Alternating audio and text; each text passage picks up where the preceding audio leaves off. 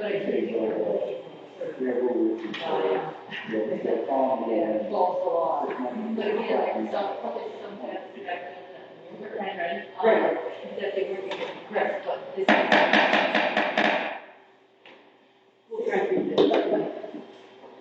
Moore, a resident of the town of Baldwin in the county of Cumberland, Maine, greetings. I certify that I have notified the voters of Baldwin of the time and place of the special town meeting by posting an attested copy of the written warrant at the East Baldwin Post Office, West Baldwin Post Office, Town Clerk's Office, the Baldwin Consolidated School, Town Office, and the Worcester Salt, a conspicuous public place within Baldwin on November 17th, which is at least 7 days next prior to Election Day.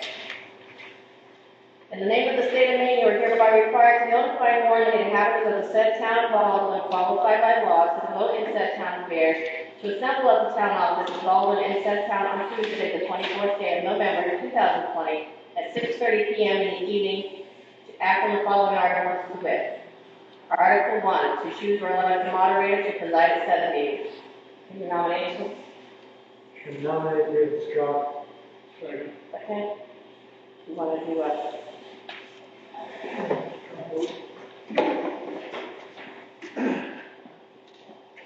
I'll write in candidate.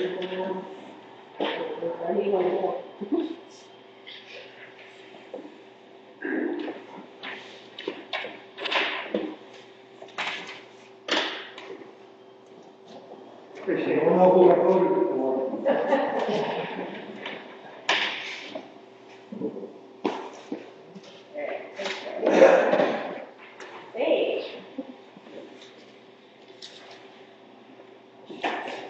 Do you swear that you will support the Constitution of the United States and of the states so long as you continue a citizen thereof? Yes.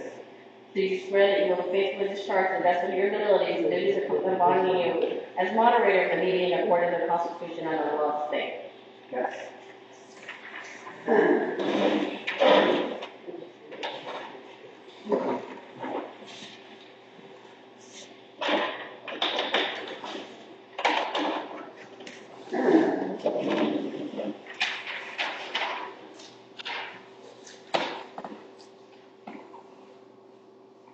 Article 2, to see if the town will vote to approve changing section 10, interpretation of district boundaries of the Baldwin Shoreland Ordinance.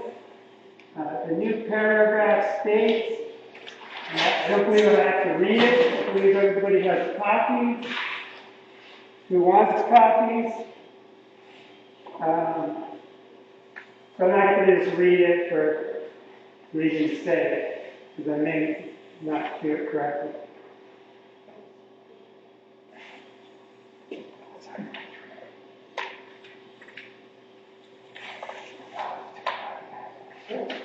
I will entertain a motion on Article 2.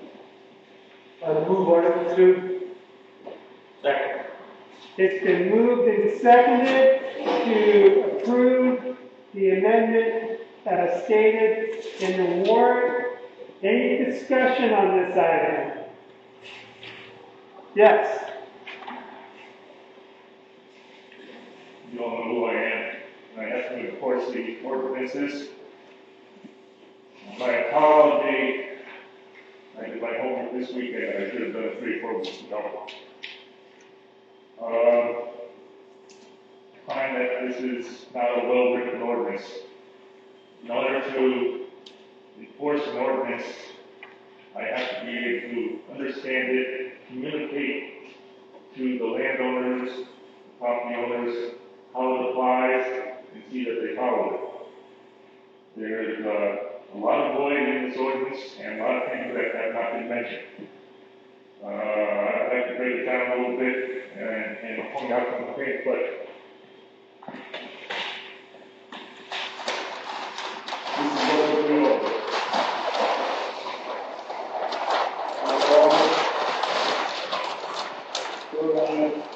The ordinance. The various things will deal with rivers, ponds, lakes. There's some different symbols to separate forest and wetlands, freshwater wetlands, stream protection, and the green is resource protection zone. It affects how we use the land.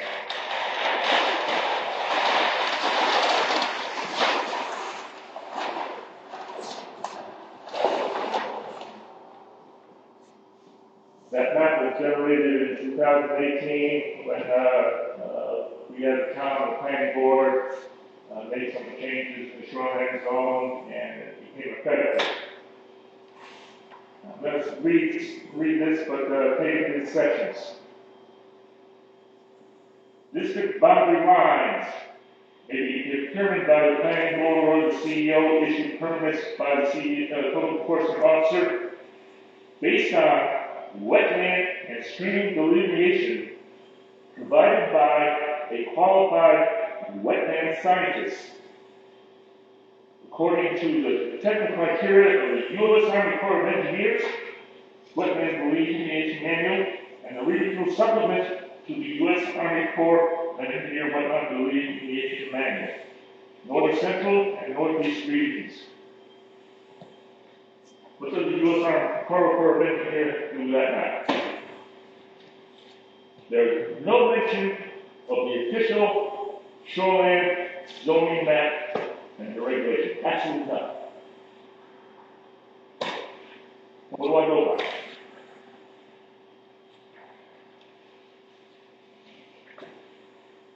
There's a lot of ways. When I interpret an ordinance and deal with the property owners, nothing is arbitrary. Okay. Any questions so far? No, I'm just a moderator. Okay. Continue on. Such wetland and stream delineation may be requested by the planning board or the CEO, issued permits by the code enforcement officer, comma. So it says, such wetland and stream delineation may be requested. What am I requesting? Doesn't say what to request. Am I requesting, I want to cut down trees over here? I want to dig the tent over there? What is the request? I have no idea.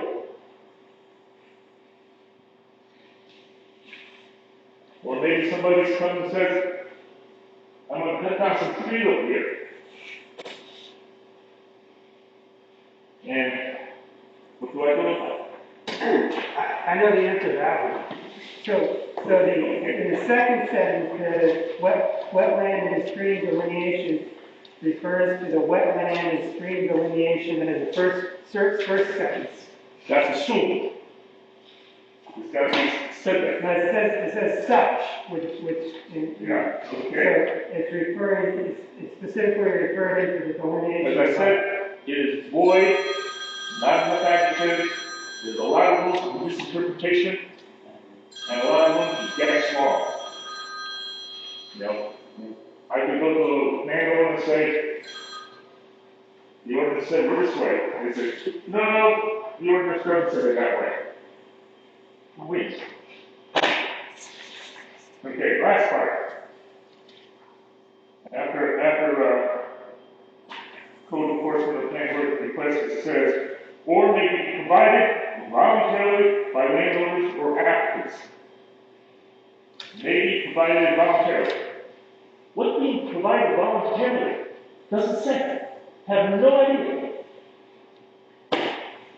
Yeah, that refers back to that such wetland and stream delineation, just sentence construction. That's the way I read it. Okay. I did a little research. Thank you, Google. So in the beginning, it refers to the U.S. Army Corps of Engineers. So I dug up Corps of Engineers Wetland Delineation Manual. It's only the content. It ends on page 87. There's 87 pages to that, and in our shoreline ordinance, there's 45. So I dug up the content for regional supplement to the Corps of Engineers Wetland Delineation Manual, North Central and Northeast region, which is reference. Goes up to 187 pages. But nothing in this ordinance mentions our shoreline zoning ordinance map. Nothing. So what do we go about? Yes, That's to say, how are you doing it now? We don't. This document is arranged because this map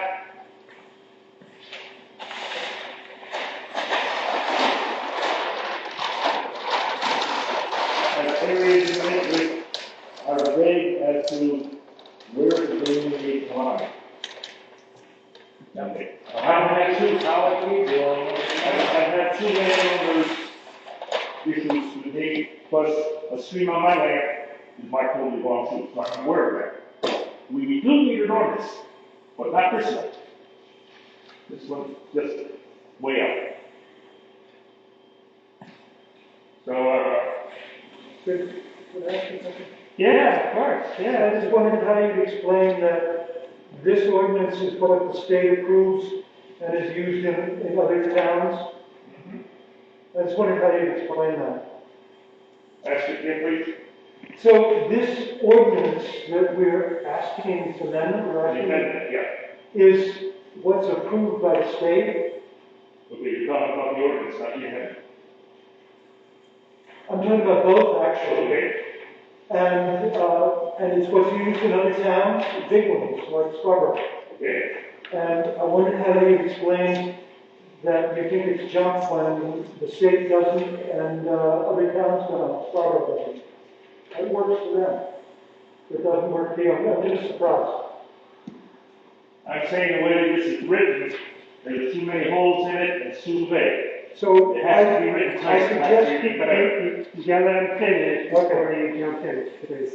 Yeah, go ahead. Well, I just wondered if you wanted to take that up with the state, because apparently it's a state problem. Sounds pretty good. Yeah, it sounds pretty good, a pretty big problem you hit on, yes.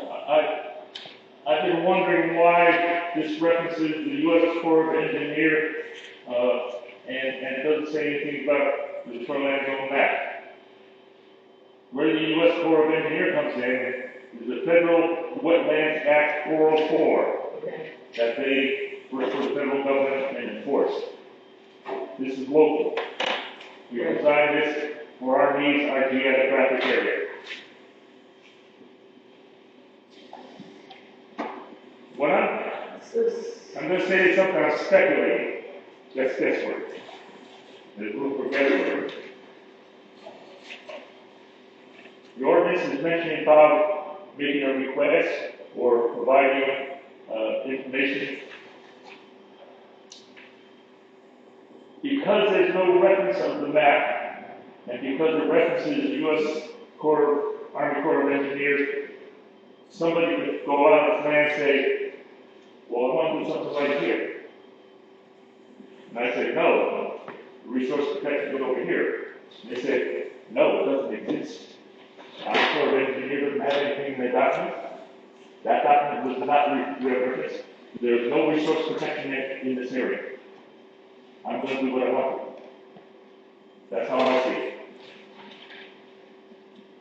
Yeah. Yeah, I would understand a little bit what Wes is talking about, but the issue is, if you look at this area, there's a section 9 talks about districts and zoning map, and there's a whole series where we're referring to the shoreline zoning map, and 10 is just a clarification of district boundaries.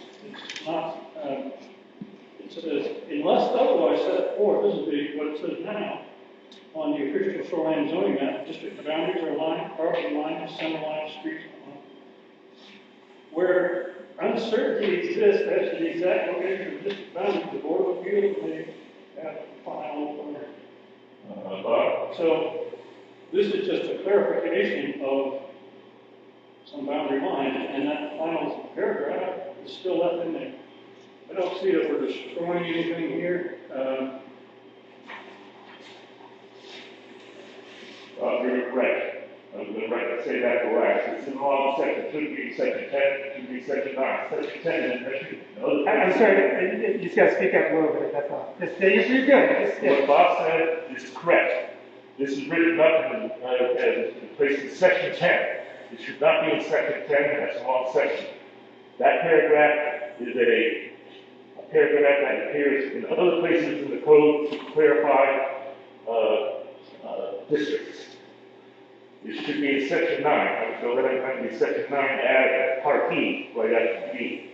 So I could actually speak a little bit to that, just because I'm on the planning board.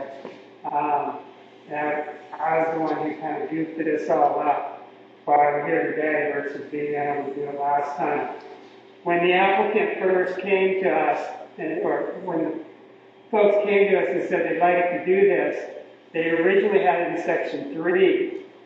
And they went to the Attorney General's office and I want to say DP, NDP, and said, will you guys approve this? Because if they don't approve it, we can do whatever we want, but it has to be approved by them. And they took it to the AG's office and the NDP, and they said, no, you have to have it in section 10. That's what the AG's office and the NDP said. So they redid the request and put it in section 10. And that's why last meeting we had section 3 on the warrant, which they went back to the AG's office and said, please, will you approve this if the town approves it? And they said, no way, it has to be in section 10. So I didn't know if you knew that. But, no, I did not know that. Yeah, so I think that's why it's in section 10 is because the folks in Augusta told what's his name, the lawyer that was working, and Lee J. Feldman, that they had that in section 10. What section 10 functions for, if I say none of the lines here, and the landowners, there's no line there, and you can't get together and make an agreement, you take it to the zoning board of appeals, and they settle it for you. That's what section 10 does. Well, my understanding is that the Board of Appeals could not change the lines off of that map, which is why we have this here. And that this gives, I think the reference to U.S. Army Corps of Engineers, that's a manual that has some specific technical data that delineates what is wetland and streams and what is not. It has certain criteria, and the experts, this person named the qualified wetland scientist, applies that technical manual to the ground and says, technically speaking, here's the wetland and here's not wetland. I'd like it to be right here. And you as the CEO get to say, yeah, that makes sense based on your data, or no, it doesn't, we're going with this map. I think tonight, at this point, it doesn't matter what section's in. What really matters is the content of the actual amendment. Yeah. Okay. So, instead of arguing any further, all I have to say is, I think it's very vague, empty spots, I can't enforce it, and I would recommend that we vote negative on this, not accept it, and send it back to committee and get it rewritten. More discussion.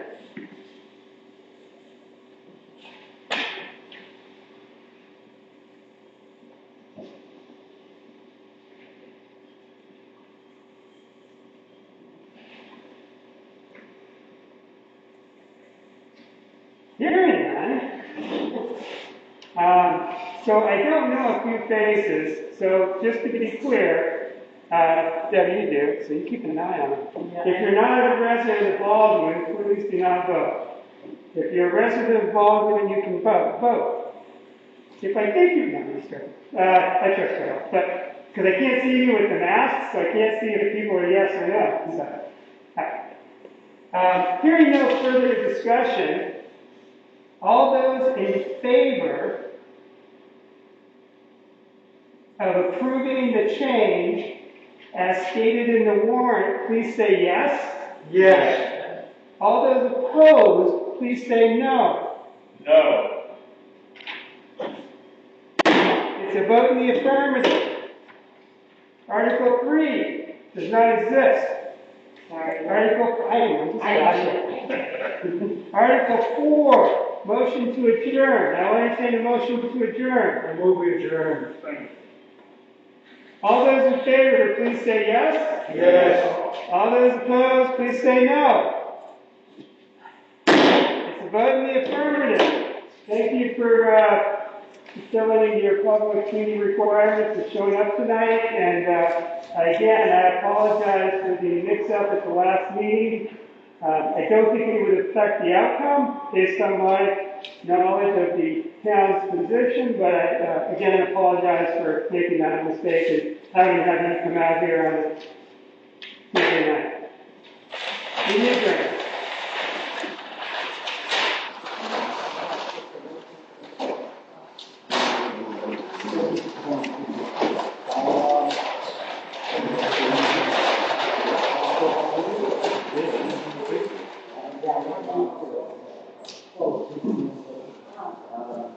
You okay?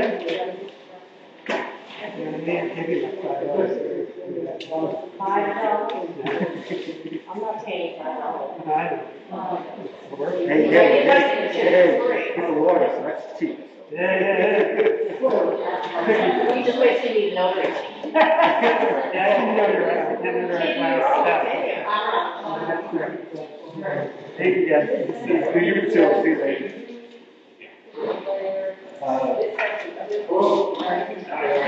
Hey, we guys stay for the we're gonna meet you on we're gonna stay there. So we'll stay. Yes.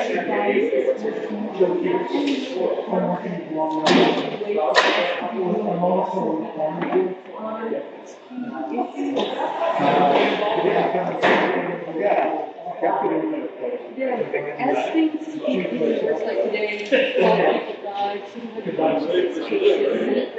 COVID, and it was going to get worse. There's been masks, this is a 3-year mask, and I nearly passed out, and I don't know why, because my niece is so sick. And it's that I can sit for 3 days, these new styles, but if you're active like I am, you're not getting the toxin. So anyhow, what like as this article is there a way that the town can come up with absentee ballots to keep voting on key issues? So we don't have to put into a room where there's Like this. yeah. And just apply for the town. I would love to maybe. But your neighbors are yeah, you guys have any? Yes. Selectmen meetings? Yeah, if it's not, it's not. But if it is, I will She wants to present to you. Okay. Right, but yes, they're ready to be, maybe they have, like, I can see champions,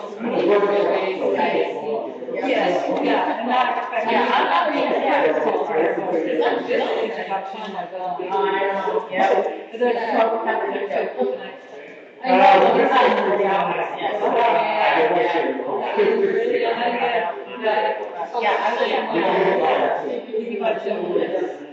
yes, at some I'm point. gonna get Someone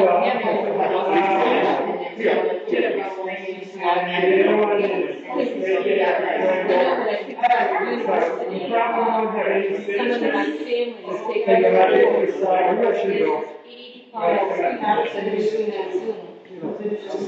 this question,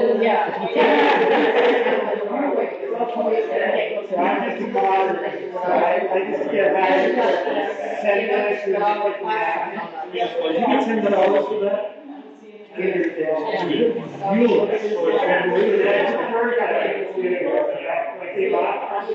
It gets complicated. it must be, yeah. Why not this one? You're a good man. All right. So you're up. I'm out. Nice to meet you.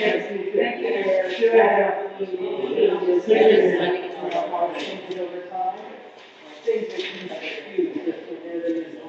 moving your meeting or just gonna have it here? Can we take a stay right here? Okay. Okay, I'm Peter Abbott. Can I help? You're gonna move on your rest of it.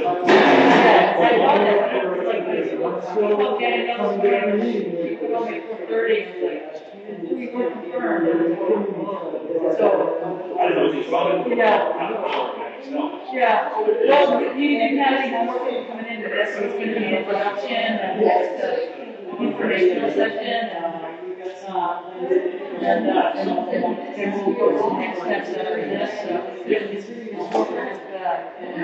Information sharing and project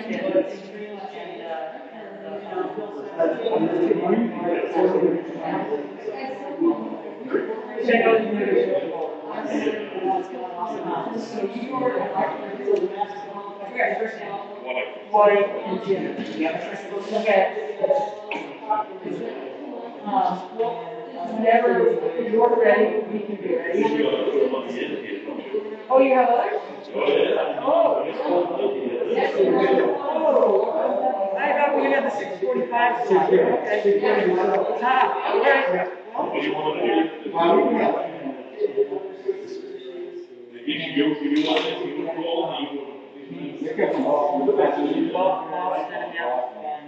But that's okay, I mean, whatever you see fit to do. I would say we would probably take like an hour in total. we'll do that first. Okay. All right. If there's anybody else, I mean, if you wanted to do other high priority ones first, by all means, yeah, I appreciate that with the drive.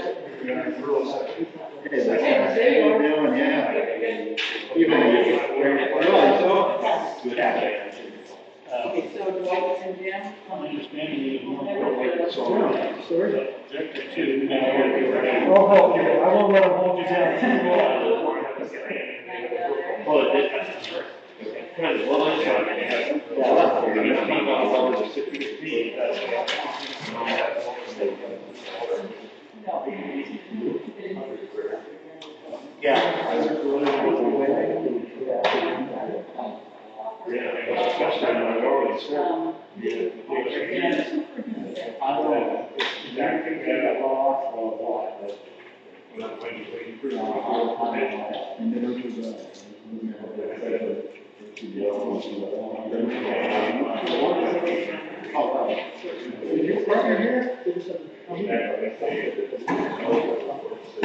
I'm gonna sit here so I can hear. Is that okay? Yeah. I got these things too, and there's people talking all over the place. The mics are on the back side, so we can hear better the conversations going on online. The camera's got Yeah. Yeah. So I just want to double check and make sure that we're not, preempting a shorter topic where somebody might be waiting and want to be respectful of that. Okay. All right. So you're going to go town. All right. Thank you so much. I appreciate it.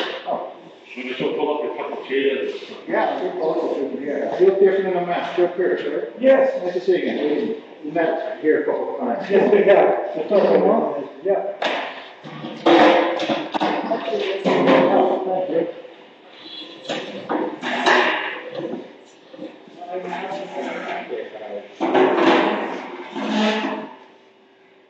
So what do you folks got for us? Yeah, you might remember, I came in, about a year ago. Yeah, hopefully a year to the, almost a week. Maybe, not quite, it's a year and a month. You're the guy from Ireland? That's right. Good memory, and I think your lawyer, I think, was in Bulgaria. Yeah, we had a real international thing on it. So we're here to report back about the project. We've been on the phone and communicated by email as well since then. we're the sponsor of a relatively large solar project. It's on land. It actually straddles the town line of Hiram. It's on land. The property owner is Steve Estes, and Ricky Saturday. And I was in the last year just to tell you about the project, and a year later the project is moving along very well. We want to tell you about that.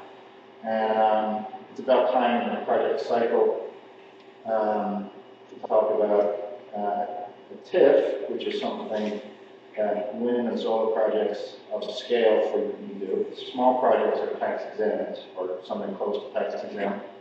Large projects aren't. We want to tell you about the status of the project, describe what a TIF is, and seek the community's interest in talking about that project. Okay? More here. Let's do an introduction. I may be following the founder of Glendale. Last year I was the sole employee. That's no longer the case. And I'm Lisa Raffin with Glendale, and we joined in the early spring. We've been working with Aiden on the early spring. We've been working with Aiden on this project. Yeah. And I'm Jim Cohen. I'm with the law firm Farrell Dana. Working with Glenvale. Spent about 50 years growing up, spending summers in Denmark, not for years. So familiar with the area. So 50 years there. Mm-hmm. And Jim's a specialist in municipal finance, municipal law, things of that nature. So whatever we do, we'll email you a copy of this afterwards. If I don't recall what we did, but we'll certainly do that after the fact. Yeah. So we develop utility scale projects. So just to describe what that means. We're typically working on pieces of land that are 100 acres to 300 acres in the lease area. There's a lot of distributed solar projects being built. I think you're familiar with them. And they typically the distributed projects connect to the distribution system owned by CMP. We build projects that connect to the transmission system. So the large wires that run through backplans on pylons. We're connecting bigger projects that connect to those. The projects generate very low cost energy. If you looked at your residential bill, the energy piece of it, there's about 10 different items that build up to whatever, 14 cents a kilowatt hour. The energy piece of that's probably 4 cents a kilowatt hour. We sell energy that competes with that 4 cents. We're a 4-person firm. And we work with local engineers and in council, and just Jim comes to be here tonight. We think there's a lot of room in these projects to find benefits for everybody. So we try and do stewardship projects as part of the project. We'll find some local conservation and environmental related causes to contribute to during development and then during the operation of the project. We're going to look at dedicating a portion of the area as pollinator habitat. So there's a special seed mix and a special planting and mowing protocol you can follow, which will encourage pollinators to live there. There's huge fall off in pollinator biomass. It's a real problem. We try and do little things like that as components of the project, but fundamentally we build big projects, generate a lot of economic activity, sell cheap energy, and we anticipate that we will become the biggest taxpayer involved if the project is built or when the project is built. We will become a major taxpayer.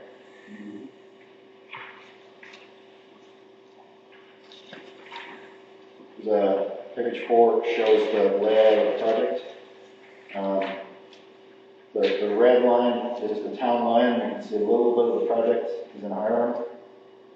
Here's the parcel that Ricky and Sarah own, and then the rest of it is owned by Steve at SDC's company. So about 80 to 85% of the project is involved. The project is access, street access is involved. The interconnection is involved. So the majority of the project's involved. So I think the color of that is your project, you know, where your solar panels can be. In the color of that. Yeah. And then this portion here is the portion that's in our, Okay. all right, that little piece.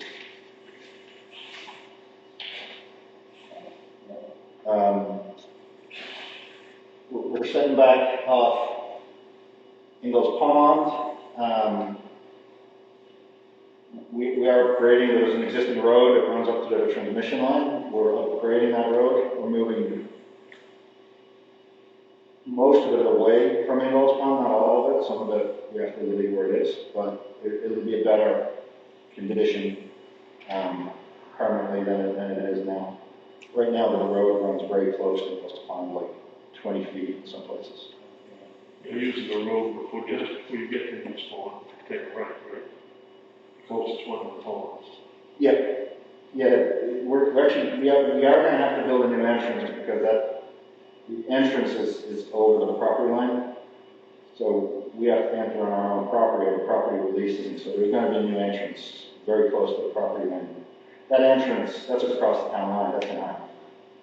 So you're going to see this new entrance about 100 feet to the state. Feet, central main power. So that's a key milestone in developing project to be able to sell them energy. So we were elated and felt very fortunate that our project was selected out of 70 projects bid into the main PUC back in May. And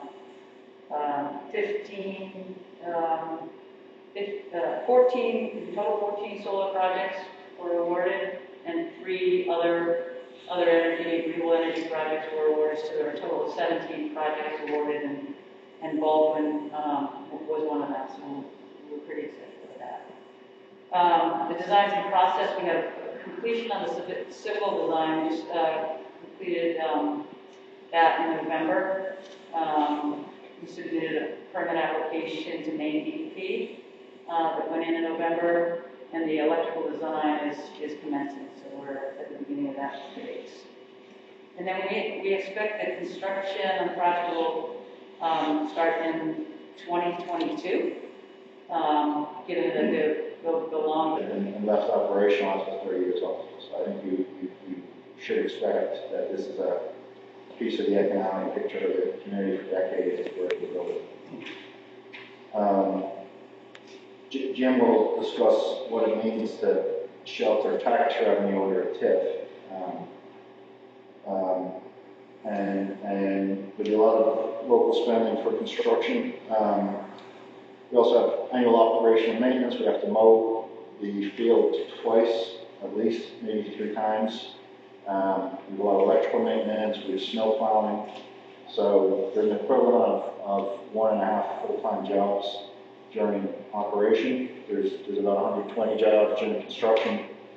If you back that into an annual employment equivalent, it's about 30 jobs.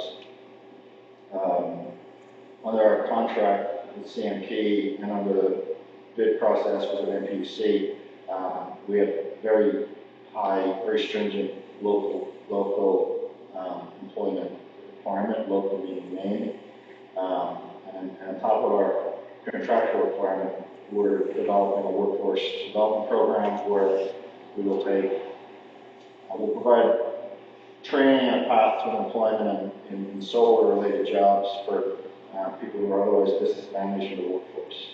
So people who need to be retrained, perhaps people who've been in custody, people who've been out of the workforce for someone, and overall, thinking of 20 years, again, it's going to probably keep operating on 20 years, close to 600,000 megawatt hours, so your typical home uses somewhere between 6 and 9.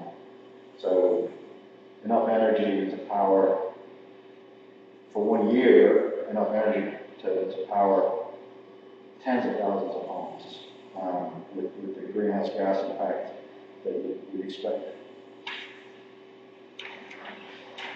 And, just one thing is we're projects like this, because we sell the energy so cheaply, they're very sensitive to all aspects of the financial model, the construction costs, the operating costs, the operating, and one of the very important operating costs we expect to have is taxes. Which I guess segues to me. And I spent some time on your side of the table on the City Council of Portland, where I learned a lot about developers coming forward and talking about tax increment financing. And so my portion of the agenda is to talk about that. And I'll talk at a high level, but stop me and ask me questions, because I did not know much about tax increment financing when I first entered public service. And one of the things that I recall learning early on that I hadn't appreciated is the difference between tax increment financing and a credit enhancement agreement. So people kind of use those terms interchangeably and just say giving a tip to a developer. And so one of the things that I learned that was helpful is that the tax increment financing is really a tool for the community to shelter valuation. So let's say Glenvale or somebody else comes along, the estimate is $12 million in new tax base. If there was not a TIF, what would happen is that new tax base would come in, and then your school funding formula wouldn't get adjusted because now you have more value in the town. Your municipal revenue sharing would go down. Your general purpose aid for education would go down, and you'd be paying more in county taxes. And within your regional school unit, your share of what you pay to that unit would go up. A tax increment financing vehicle says if you create a geographical district and you say the certain amount of value, tax value in that district is going to be there. And now, right now there's not much taxable value in that particular district. If you put all of that new value in, it's $12 million of new value, and that gets sheltered. So it doesn't count against your school funding, it doesn't count against county taxes. And you can do that for as long as 30 years. So leaving aside what you would do with the money, the just simple creation of that tax increment financing district shelters that value. And then you have to use the money for a proper purpose. So usually it's capital infrastructure type projects is the most common, whether it's in order to make this particular development work financially. If they had to pay 100% of all the taxes, that would not be allow for the project to be able to go forward. So the credit enhancement agreement is a common tool that municipalities use, basically to use a portion of the tax money that comes in and give back a portion to the developer for a period of years. And then municipalities are in it for the long game. So by giving back some of the tax money over a period of years, it allows the development to happen. Once the credit enhancement agreement ends, the developer is paying 100% of the taxes, and 100% of that comes to the community. So that's the difference between the credit enhancement agreement and tax increment financing. So we would work with the community in terms of, so $12 million is an estimate. We would need to work with your assessor to refine that. To have a tax increment financing district, you have to go to the State Department of Economic and Community Development, so we would work with you on that to make sure that application, we would interview on that. And then exactly, I don't have that number here today, but I think if you look at Lisa's on slide 10, this it sort of spells out nicely that because of the tax shift, the TIF district essentially allows you to keep a much bigger portion of that dollar than would otherwise be the case if you didn't have the TIF district. So we can talk in hypothetical terms. I think we plan to come back to you with more specific numbers so you can see what they are. Yeah. But hopefully that helps explain kind of the difference and what's important is to allow the project to go forward. And with that, I'll kick it back to Yeah, I mean, I'm sure you'll have questions, and I know you've other items on the agenda, so maybe we'll sort of try and get to at least the questions.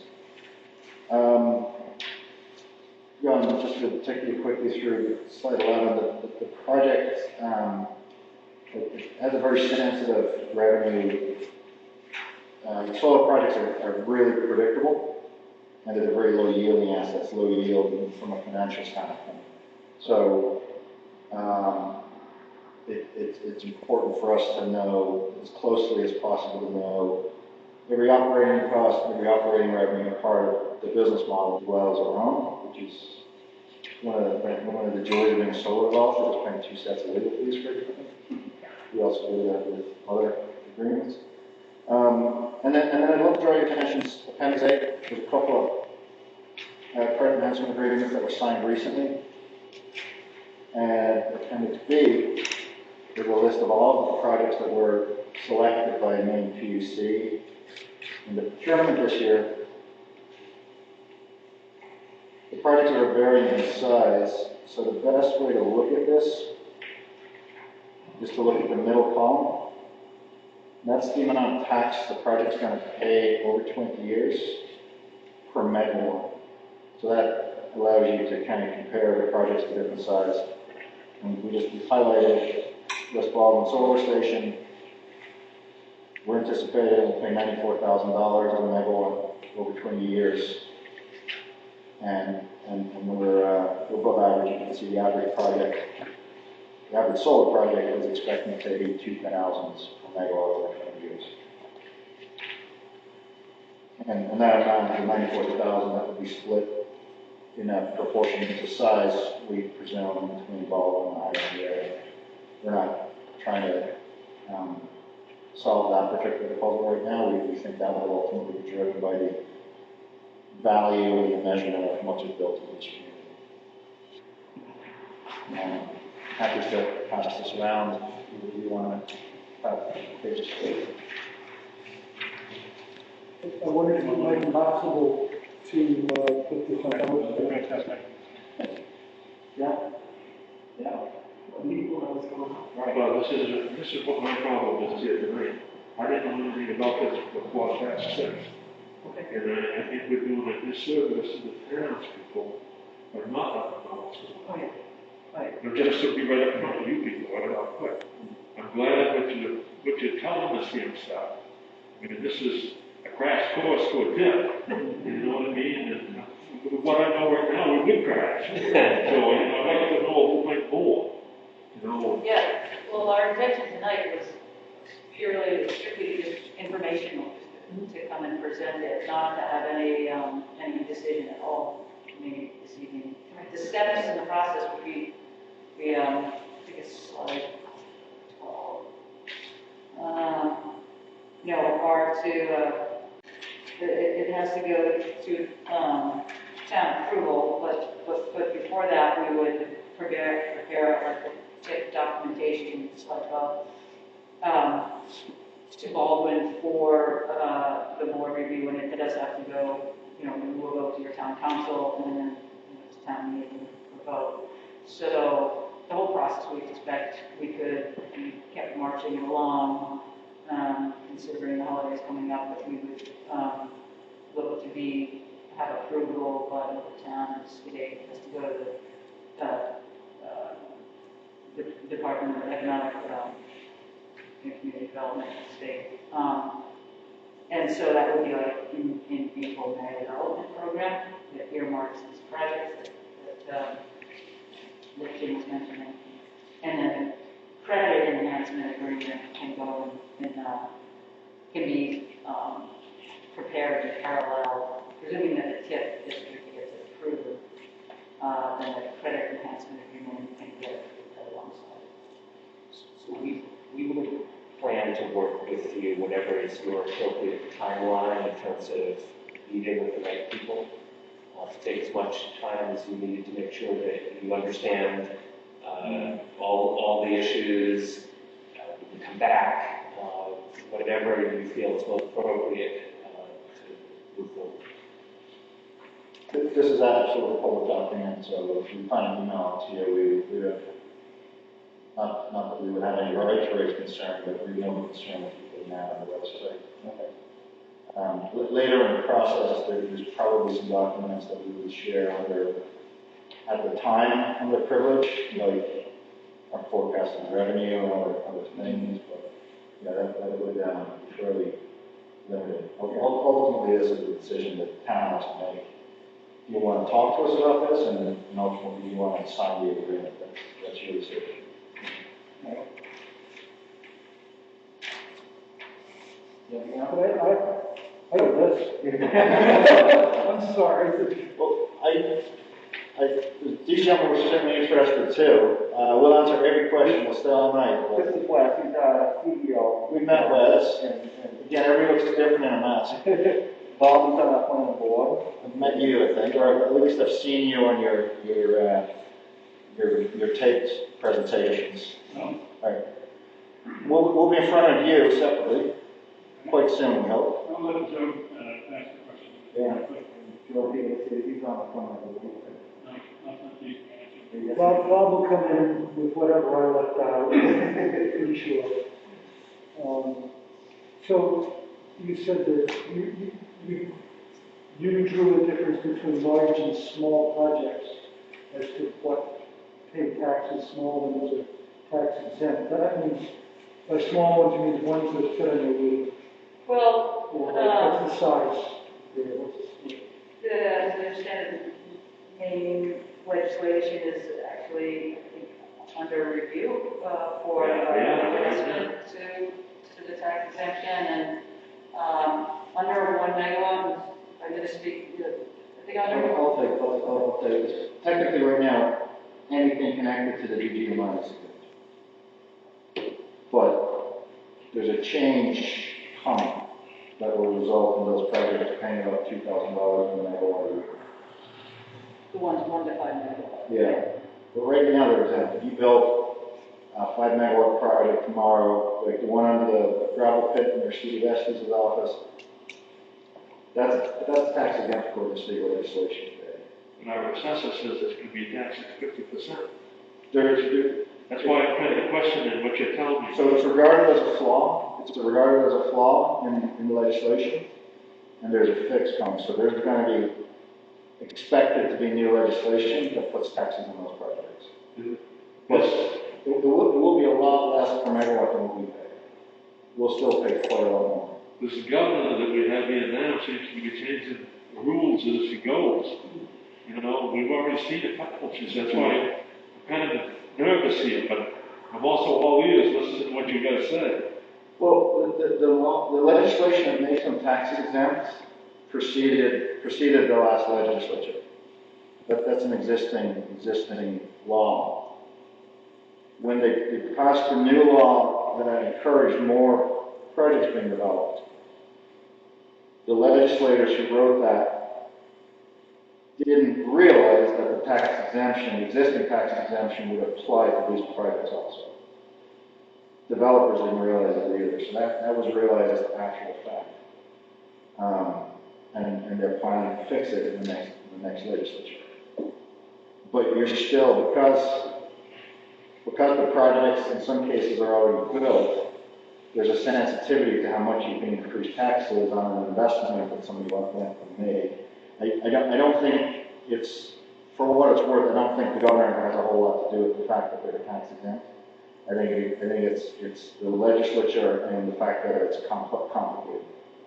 But there's no complexity for large projects. They're connected to the transmission system. That tax exemption or possible excise tax, that doesn't apply.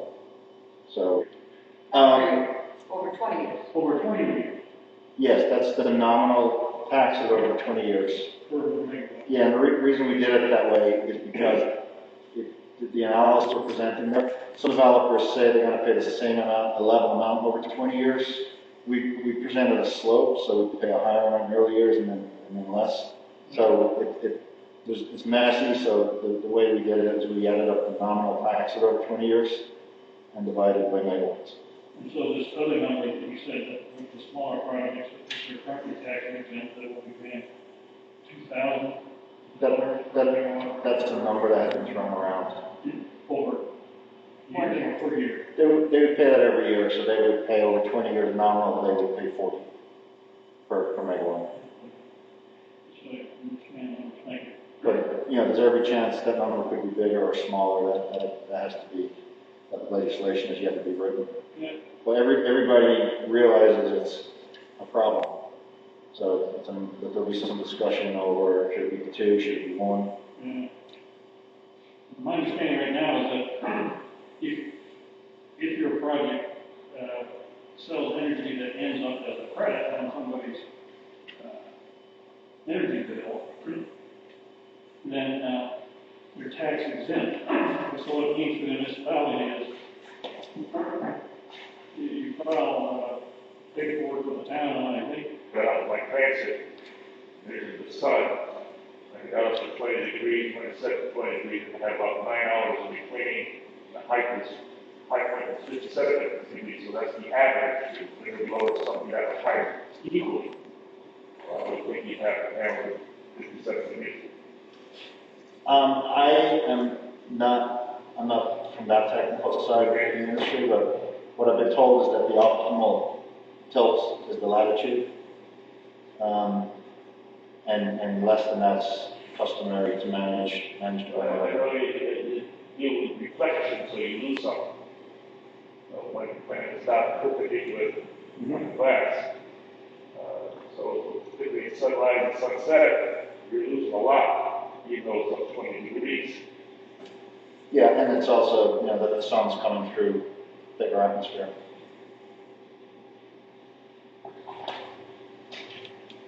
Dave, you mentioned your application. It was supposed to be available to anyone to see, and it was dropped off at the planning board, and they said, the chair said, does anybody want to take it home? So I did. Okay, so I will be bringing that back. I've seen that, I was about to say. Yeah. And there's lots of punishment. Yeah. If you want, most of the materials in about 30 pages, we could probably put that in PDF. I wondered if you could email this and maybe that PDF to talk about, so that we have it electronically will make it much easier for us to put it on the website. Because I'm with you, the more you get this out to the public, the more acceptance you get. This is a positive, it's a plus, it's a wonderful thing you're doing. But for people to understand that, they've got to understand it, they've got to see the information. I think that the slides do warrant some explanation. Kind of wondering if your plan is to put the deck on your website, that it be reconfigured a little bit to be more reader friendly. Talking through some of the points that aren't necessarily vague. You're gonna break it down a little bit. Make it shorter, break it down. You're gonna make it a little like compact. Yeah. If you look at that, I mean, I think, the attraction center as is, but if you go right away, it is what we presented. Yeah, I was just sort of saying, in addition, I mean, you guys can have the PowerPoint as is, but for the residents or public consumption, maybe a one-page summary or something that's more narrative. That's why not making, we welcome public input, absolutely, but we didn't think it was necessarily the venue to shake everyone loose about what this process is. Ultimately, give it to the site, save and engage, and probably ensure that we've got the right resources and professionals helping them. Yeah. So, timelines, they were talking about timelines, and I'm looking at town timelines and trying to take the pressure off of you from suggesting a timeline. Our annual meeting is the second Saturday in March, and you wind the clock backwards to when these guys have to get the warrant together, and you're looking at the end of January at the latest, really. So you want to ask for a TIF and maybe even a credit enhancement agreement, and I got no clue. First I ever heard of credit enhancement agreement.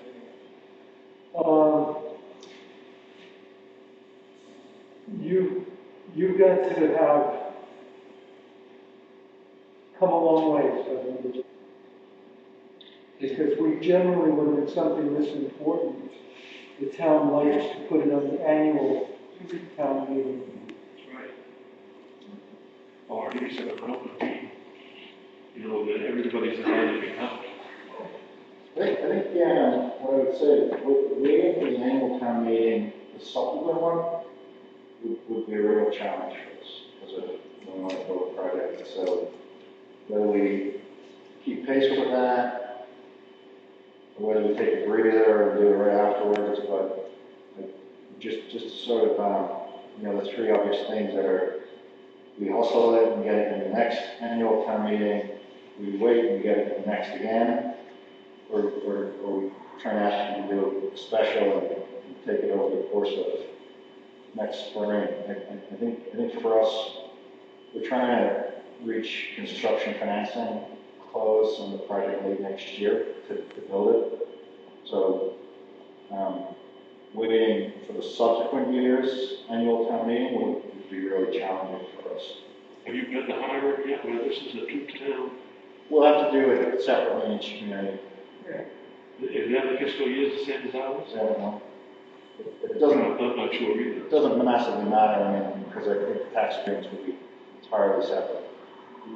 For the planning boards, absolutely up to the planning boards, but we anticipate the planning boards will think it makes sense to hear us do it. But for the CEA, it doesn't really matter. So who's in the June or not?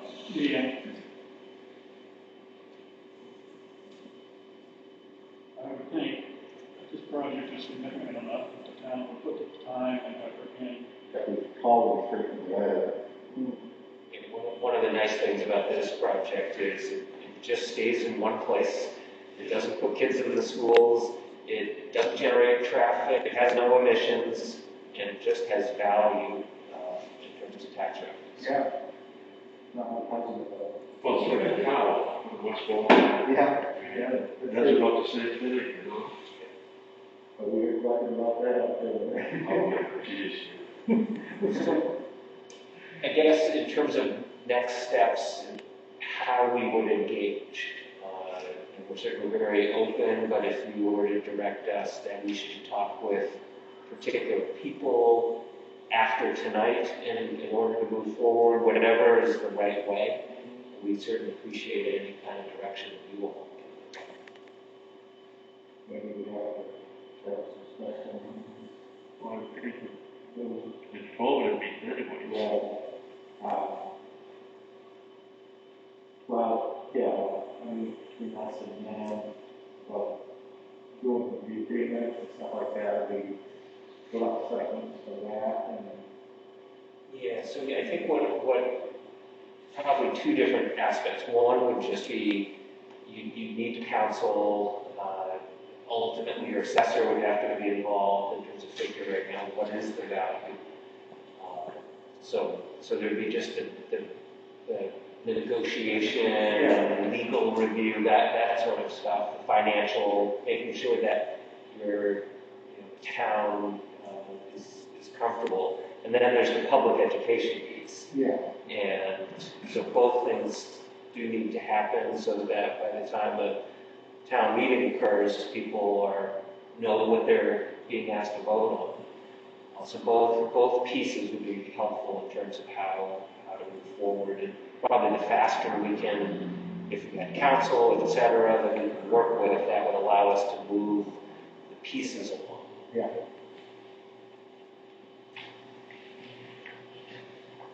Is all good information? Yeah.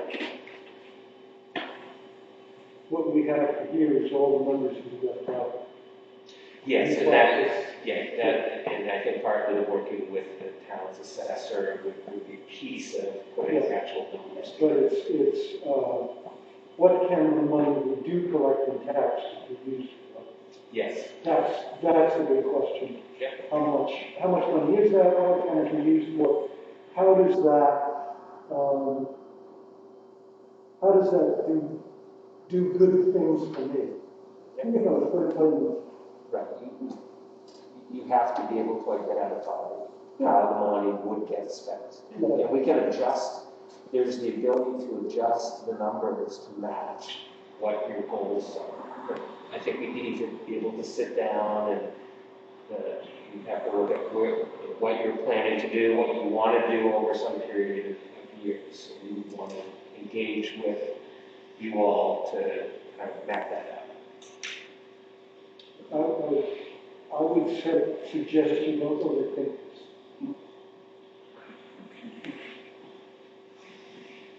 We did look at the town report for a couple of years, and it seemed mighty very inexpert eye that there was plenty of budget that this would be able to pay for. One thing to bear in mind is we have to do this in a silo because we were working on a bid. We were doing a number of projects with a lot of things that we put together. So we bid a slope, so other projects bid $30,000 a year straight.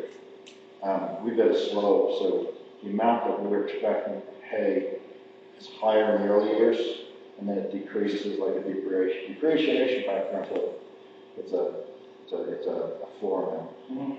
So you would, under our proposal, you're going to see that you've got more money in the early years, which both gives you an opportunity to do something meaningful, but also a bit more responsibility in the early years. So why would you want to do it from that perspective?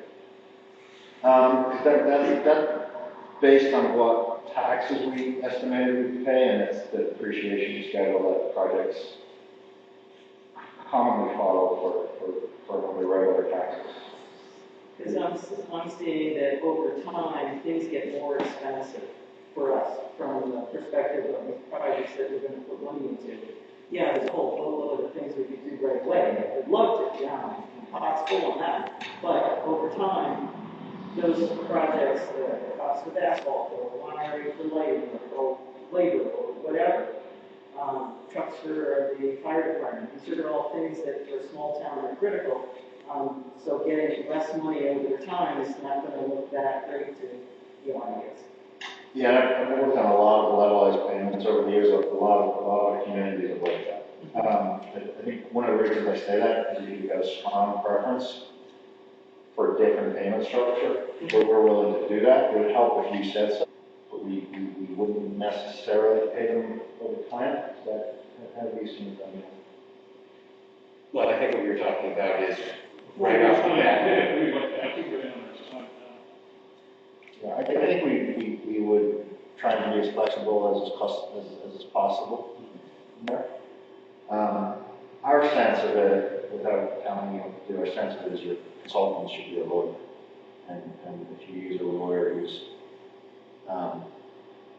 practicing municipal law, that's probably pretty efficient. Because Jim and your counsel will sit down and don't need to educate each other about code, it would be much more practical conversation.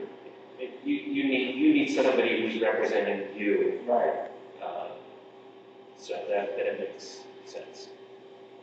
You know, if your existing council isn't experienced here, you could use them and a different council, or you could bring in a special council. I anticipate, I think January would be slightly rushed, not massively rushed, but if you had the right council involved, you might get there.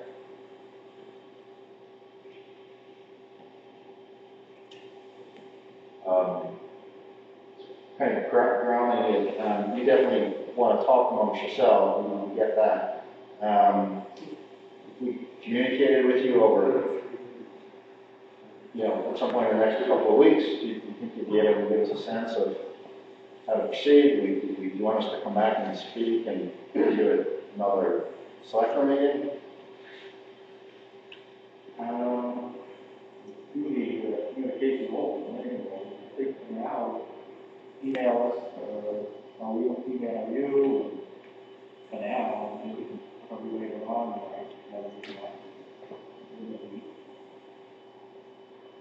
So should the two of you then would be the primary points of contact for email? yeah, we go to the, we have our own email, it's not like email, that's what we do. Administrative assistant, she passes it on to us. Okay. You probably communicate with her mostly with it. So, yeah, so, Well, with this mobile thing, it's throws some monkey wrench in it. yeah. Well, she works 2 days a week at home now, Right. and then the other 2 days a week she's here. So, yeah. But did she answer? You return my call that I Danielle. Yeah. Yeah. I called her this morning and, she returned my call. Yeah. That works. That's good. Yeah. My sense is if maybe offline, we can sort of figure out the next step of how does the town have council represented, how do we take the conversation to the next step? Yeah. We can probably work on that. Yeah, we have to find somebody that will contact you about our town attorney to do what you have to say about you can do it yourself, or I'll try it, do it now. It's not a business. Yeah. I think the last time we looked into this is for, White Sox. They went through something to the state. Well, what we had was, we had somebody from the state office that approved the test, and when they came in and gave us a presentation, and there's a whole set of the choices, the way you can structure a test, depending on what you want to do, and what the developer is looking for. Say it's not a simple thing. So one thing that comes to mind is, It didn't make me comfortable that we could do a test on our own. no, but at the same point, I'll sort of restate two things that are probably looming large. We're likely to be, at least, if not the second largest taxpayer, the largest taxpayer, and as sort of Lisa demonstrated, there's a chance that we're not going to keep a ton of taxes. So I think there's a lot to be said for having a conversation. I think we talked about that before, the fact that there's a chance to shield taxes. And one other example we're thinking about, there's a bigger, again, project being built in Sanford right now. They just completed this process late last year. So there's an example. And by no means would this be a recommendation of council, but we're working on other projects So we approached Buxton recently. So your council determines. Also, Buxton. Yeah. Yeah. So that's everything, right? Yeah.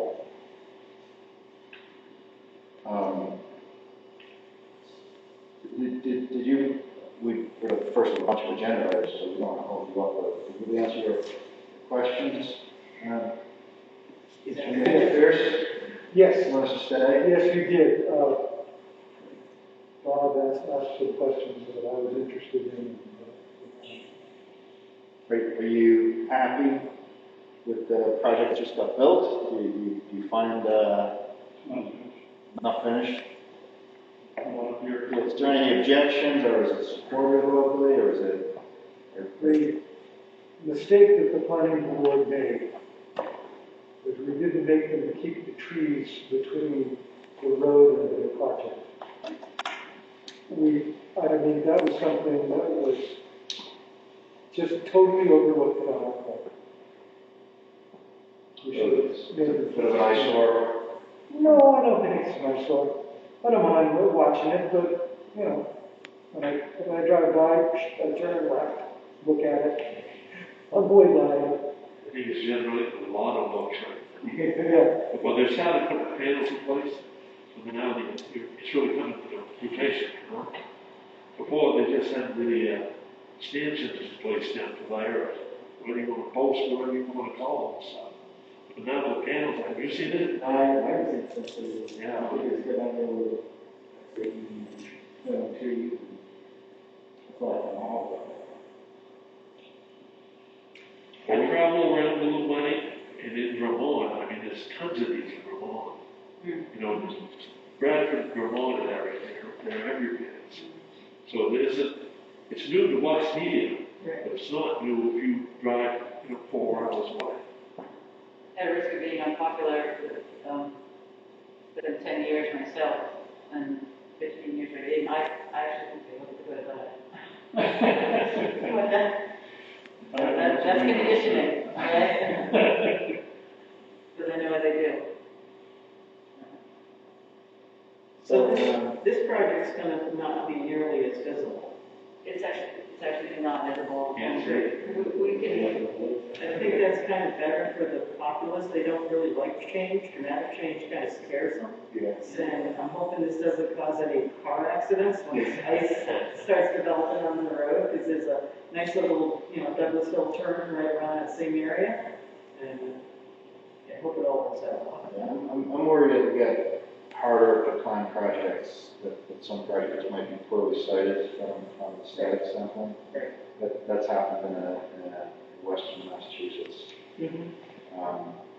We'll still go and try and develop our projects in the sites we look for, but, right now I don't detect a genuine opposition to solar the way there is to wind, but I think with some poor siting decisions, that could change it. So the power actually just goes into CMP generally, it just is. It goes to the closest, Okay. host. So it actually doesn't take that much needed. Yeah, it's gonna go, I think before it starts getting, I think it comes back down to Buxton before it's collected by, there's the higher hydro, there's us, we go up, we get stepped up to 115 kV line. I think in Buxton is probably where it gets stepped down again and delivered to the customer. But from a physical standpoint, it's still delivered locally. The contract with CMP also means that it's bought locally. You have to think of it in both terms, because the abstraction of how we pay for electricity means that who you contract with is just as important. But CMP is going to buy the power, so it's going to be considered delivered locally in Maine. And every year they'll put that into their rates, but with the cost being what it is, we think it's neutral. Okay. Maybe a little bit of a saving. We think a saving, but not a huge saving, but like a tenth of a penny. Really the big thing is to provide the energy from local sources and have all of the economic development. And that helps the clean energy get built, and we sell the attributes. So So when the CMP buy from us, they buy the energy, but not the attributes, so we sell the attributes to other utilities, who have a requirement to buy clean power, so they don't buy the electric piece of it that's clean, they buy the attributes. I can't think of a very, very good analogy, but that's sort of, it's all, that's how we get it. There are two different customers. I thought there was a step down here where the 115 kV line crosses over Route 113. Just up the road, right by my house, down to my house. By Sanders, no problem. We could look that up. I think the pricing now that we're associated with is in Buxton, so I think we go north and then south again. So then you've got wires that run out of the Ingle Pond area. There's wires already there. They're already You're there. saying you're using those wires to access. Yeah, we're going to build, not going to be like a huge substation that you see over in Gorham, but There's one in Huntington right now too. yeah, it'll be called a substation, and it'll be this new equipment, but we're going to connect to the line that runs right up the hill. I think there's a render, an artist impression of the solar project in the permit application that Joe believes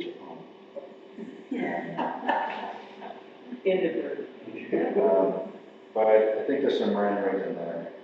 We actually didn't have to provide renderings because the state agreed that it was so remote, there was no visibility, but we figured it would be helpful. More information helps. It just allays the fears and makes it feel more concrete, so thanks for that. We want transparent.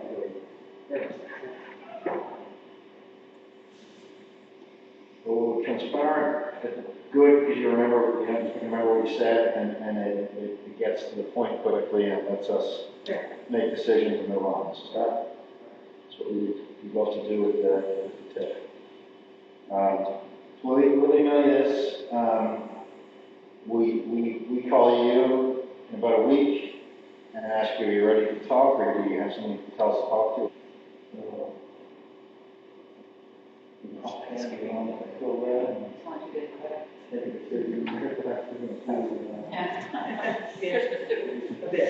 It's subdued.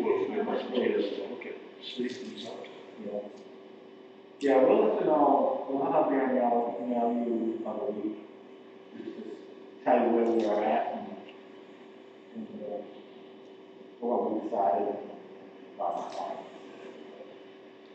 Yeah, so get on everything next week, and this gives us a chance to come out. Okay. So we haven't heard from you by the first Friday in December. Should we chase you, or is the second Friday? When would be the regular time? That's the trouble, we're ready to the holidays right now. Yeah. Somebody will be able to change around the days.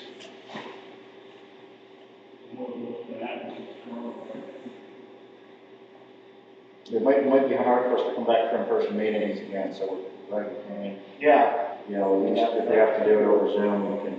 Yeah. We all met again. Yeah.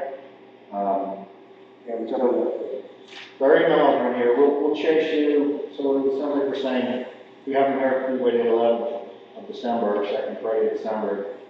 We should also be in. Yeah. And then do you think there's any issue with us committing to pay a little bit of consultation, or do you think we should just do that as part of the final agreement? In the end, that's probably up to you. We can talk offline on that, but I think we sort of hear what you all need. And if we have any good thoughts in between now and December 11th, we won't wait until December 11th to reach out. Right. Yeah, if you have any questions, you feel free to contact us. Yeah.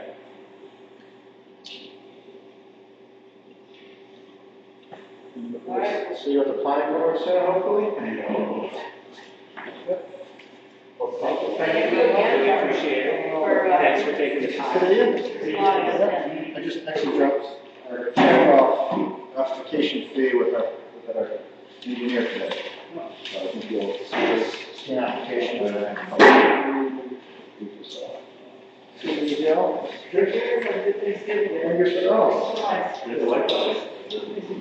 See you, Wes. Thanks for joining our meeting there a few minutes ago. It makes us feel loved to have somebody here.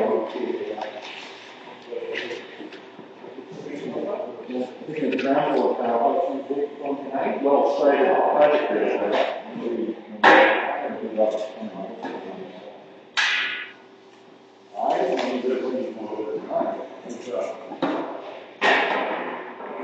Okay. So you're already across from the solar project.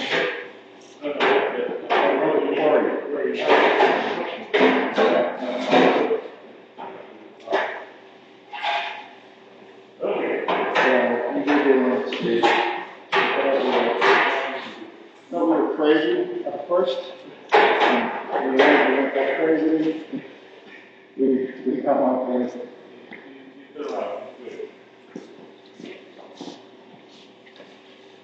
All right, thank you again.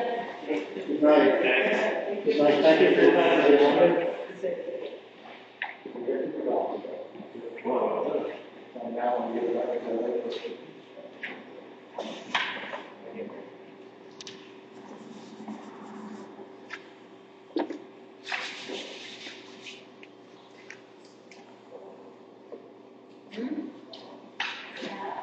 Should be interesting.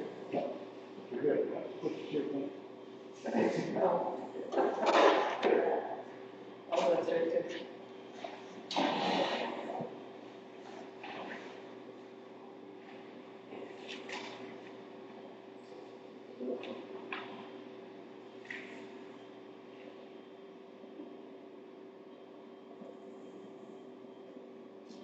Now, this sounds like to me we set the money aside for specific projects here in town, like roads or something like that. Right. So that's what it sounds like to me. And we can, you don't know. I don't know. I don't know. It's, I think Danny else said she still has the video that the lady provided. It might be good just to pull that out. I think it's on DVD. If you want to put it on the website, on the YouTube channel,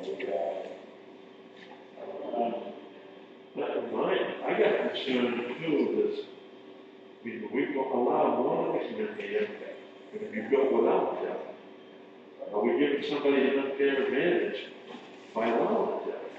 Well, I think they drew the distinction between these 5 megawatt and lower projects. It was the size, that's right. And so this is the only project over 5 megawatt. You might find, you should have been. You just gotta look at the numbers. Yeah, true. It might be. Well, like, when Vince first started with the governor, it was one way, and then she changed stuff right at mid-November. She cost us 50%. You know, the governor on some of the rules and stuff that they've changed and stuff. Some of the bills she's passed. According to what Ben Thompson is telling me. Well, she doesn't pass bills, she signs them, but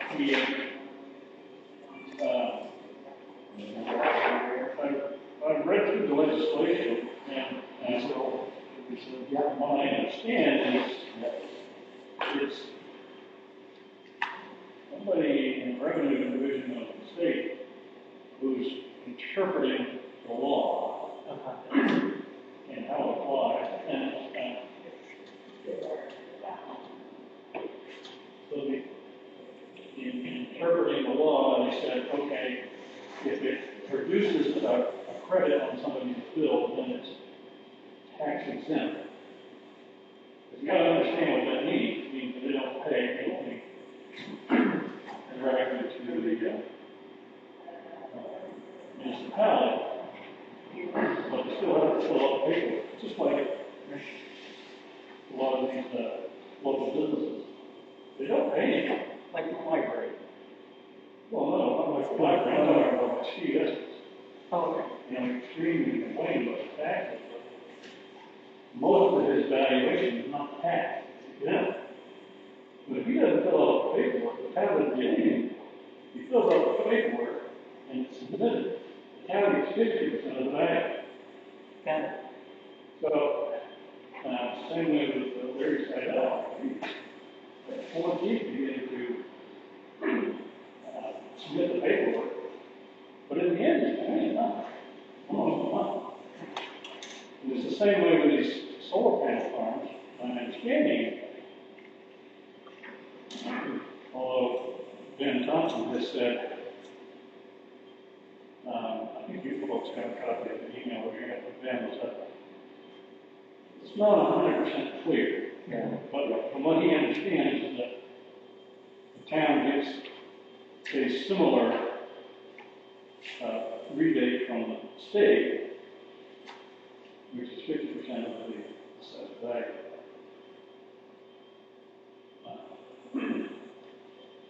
But I'll tell you, folks, our finances are not in good shape. Because we've been spending more than we take in every year.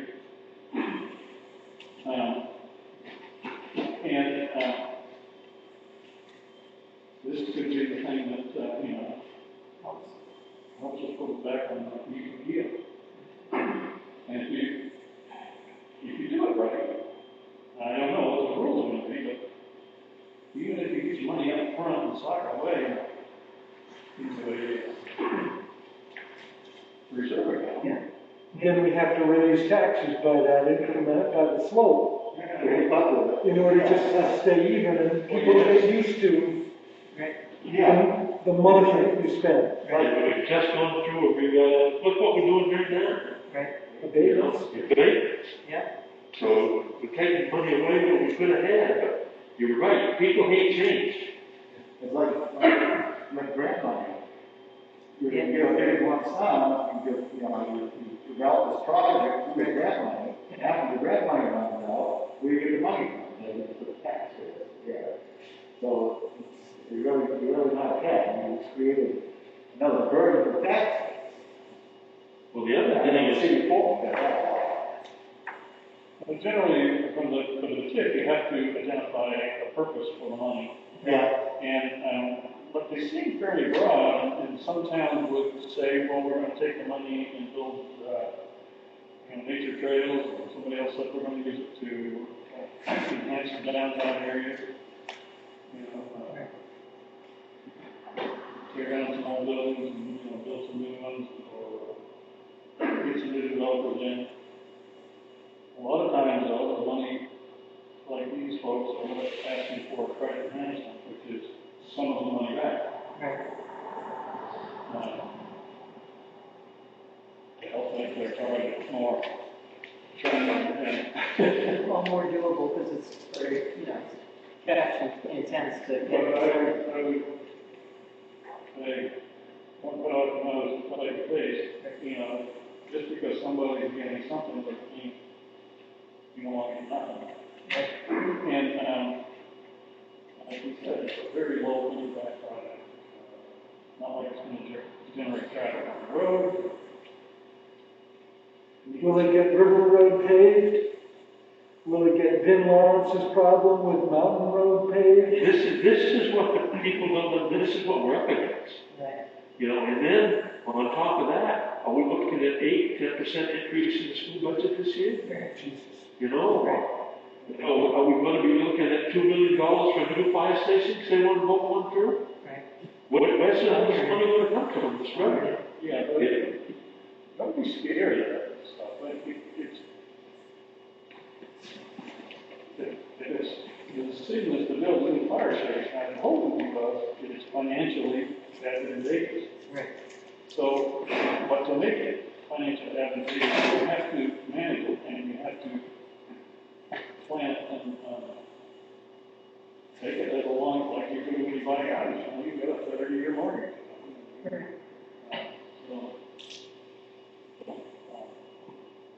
You pretty much pay that away as we've gone over the years and stuff, That's why I made a comment about you get the front end load on this deal. And so it's looking at that cost and the tax related to it. As you said, the ideas start flowing and everybody has to have their project and willing to fight. But then it just sort of peters out after a while. You know, so you gotta wait for that part of it. I can remember when you was on the board, you did budget and stuff. Yeah. And then when we come to town meeting, they voted something right through. Right. You know, and it was weird about what we budgeted and stuff. I know. But how do you stop them from that? It's there. I know. I mean, and I think, like what you're doing is going to be a good thing, because you can say, this is what's going to cost you if this goes down and sign on it and stuff. When you already that.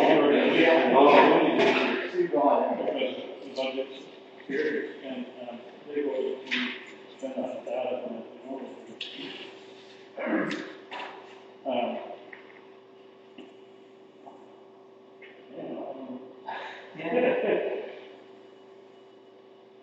It's the way it's always going to be, but say, I think if you can show that you have a plan, at least you have a better chance of managing it along. Right. Most people it's crazy. The thing you don't want to do, and that's what I think it was a lesson from the 2018 town meeting, is don't recommend it. Don't leave the decision totally up to them. No. Say, I recommend this amount. Right. Because this is what the impact. But just to say whether they're nothing or something, you know, what's your decision? You gotta kind of need to steer them a little bit. You do. We can help them out. But, I don't know. But as he said, the town of Buxton is also working with them. And he thinks that the town of Buxton is hiring a council. They probably are. And he said, maybe you can just start there and go from. Here's the thing, though, I don't know. I don't think lawyers is accountants. No. And to me, they're having to take your money. In that regard, but I think somebody needs to know, you know, present and future value of money is a kind of the issue that you really need to start looking at. And that's why it would be good to have somebody who's that kind of background sitting beside them when we start talking about the tip, not after he signs it. Maybe quite into it. Yeah, there's somebody that knows. Like I said tonight, I mean, this is a crash course on test tonight. You know, and one, you don't want to start making decisions on what you've known and not now. No. Right. It all sounds good in a half hour. Well, he made it sound great. I thought he was very realistic with it. Yeah. He was right up front. Yeah. I wouldn't be surprised if he's going to say, you know, I understood he was saying that we have some sort of flat tax rate. Mm-hmm. But we have to request it. He's already submitted the request from his perspective. And so he can't change it. No, So I think what he's going to want to do to come to town says, your mill rate today is 13, I don't want to come up to 17. Right. Right. I want what you're going to charge me to be a predictable number. Right. That's what I heard from him. One of the things I learned in my dealings with these solar electric is that with the big three firms, Beryl, Dana, Bernstein, Shore, Pierce, they've all got one partner who does that. And you know, this is the guy from Beryl, Dana. Right. And so you go to Bernstein Shore or Pierce Island. And that person will have handled 1/3 of all the projects in the state of Maine. You know, they'll have handled a vast amount of them. So they will know the ins and outs. And they may not be an economist, but they will have been exposed to all that information. And if you can get them to hire Bernstein Shore and Pierce Island for you, that's where I would go. Get whoever their guy is or gal who does tips. The municipal magazine, they got some people who are. Oh, really? Good source. But yeah, if we can talk to Buxton and see what they're doing. Yeah. Yeah. They have Joe Blow as a lawyer down the street. You don't want to go to Joe Blow. Yeah. And I don't think he wants to town lawyer. No, you don't. No, he doesn't.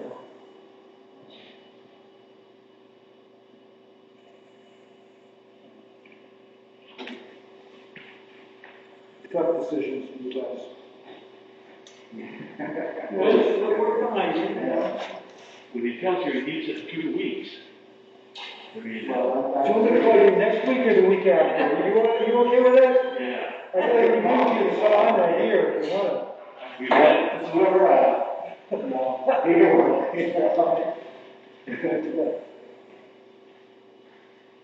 Yeah, that's what I was thinking. well, when did he come first? I mean, he's been here before. Yeah. Well, he said it was almost a year to the day, right? Yeah. Yeah, from when he first started. Yeah. It was in the movie business, they have a term, I learned this from my grandson, it's called deus ex machina. And what it is you're watching this movie, this protagonist is in a terrible fix, right? You're sure they're dead. And all of a sudden, something falls out of the sky and says, fall in situation. Yeah. Yeah, we hang on to that. All right, we got, email. Against Robert Kennedy. Been a couple of days since I read it. Yeah, I guess he's looking for, Have a good Thanksgiving, Ron. he's gonna be going through, yeah.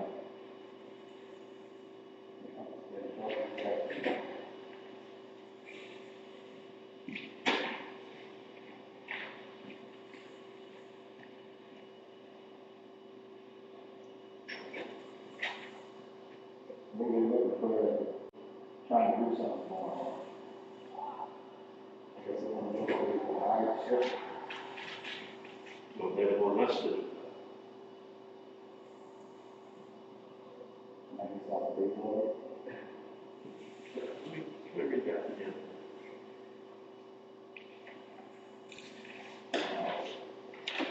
There's a couple of ways to go with it.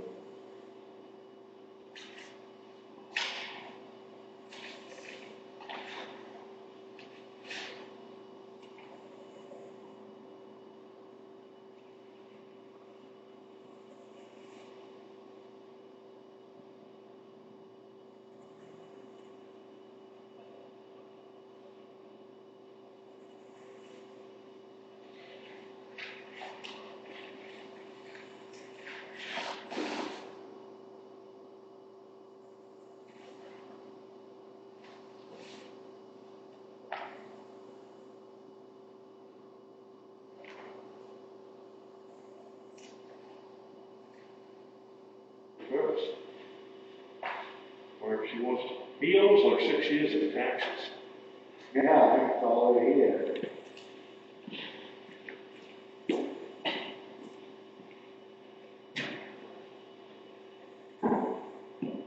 I'm certainly not for, legally the town owns the place right now. I'm certainly not for kicking him out of it. Right, right, Because of the condition he's in. right. I've been there, I've seen this place. It is scary. Really? Yeah. It's like a walking COVID place. You're on a lot of it, right? Yeah, you go up the Harris Road, as you pull in the Harris Road, instead of going around the corner, you go straight ahead. Off for You go in. yeah. There's four homes up there. He's the first one on the lot. I was up there once, back when, last season, outside, I went there once. He got snapped up. He owned the property across the street, and he got snapped up in the bank too. What we found out on the last time. The bank didn't know he wasn't paying taxes. So that turned into a disaster, but I don't think he's paid any taxes for like half a dozen years. Told us about that piece of property. We went up there. And Kurt told us about that piece of property. The town couldn't sell it because that land is undivided original property of the proprietors of the town of Albany. And it's never been separated out. And the state law says the town can't sell the proprietor's land.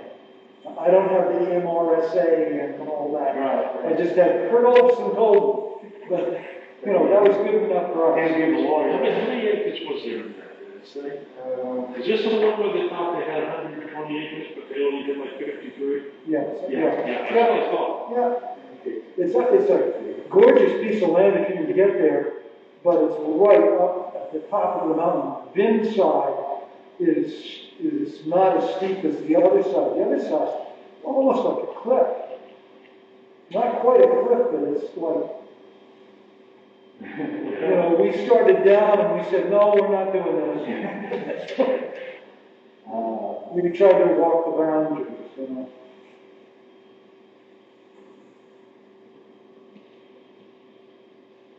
It's not sellable. You can't sell So he can't sell. But then I thought I'd throw out there, something I threw out, again, I threw this out to Norman back when he was on the, if the town wants access to that lot, and you don't have another way, talk to me. At the time, Norman was talking to the person just up the road, up Douglas Hill Road from my sister-in-law's land. And he had a sort of an agreement and they were going to do it and then the guy backed out. And when the town last logged it, they went up through where the Swiss Chalet is. And they've been at it from all directions, but I haven't been out on my sister-in-law's land for 40 years, but there used to be a road, and I think it's still the one they use. It goes up past Lori Downey's house, and then there's like a pass through the hills and up and comes within a quarter of a mile of the town line. So, maybe do if the town wanted, I could see what I could do. Yeah. Yeah, we have to call somebody. Yeah. If it's interested, I don't know. I understand, but you gotta apply this again. It's not, we've seen people on hunting. I don't think there's more hunters out there. I think there's more hunters in places where people are allowed to hunt. Right, yeah. How many of them with a pack have come and asked you or called you up and asked you if they could hunt? Maybe half. Well, that's a good thing. Yeah, it is. Yeah, I know the names of quite a few of them. Yeah. I got one guy, he calls me every year, and I tell him it's Kenny Fox, who it is, that he's called. And I tell him, he can do anything he wants on the list. If he wants to put trees in, I don't care, just do what you want, but he calls me every year. That's good. Well, I like it. That's good. I like it because I like to know how many people are out there. Yeah. And who, like, where are you going hunting? What do you think? Because what I really don't like is when they say, where are you gonna go hunting? And they go, I don't know, where do you want land? They're like, oh, well, you don't really know what you're doing. Well, you got out that road before you get to your field going up on the right hand. I mean, I've seen people pick up some land. Oh, yeah, they park there all the time. But that's just a beauty, that's a jump to your house. Up over the hill, and you're right there. And we usually turn right, I hope they turn. We don't see it.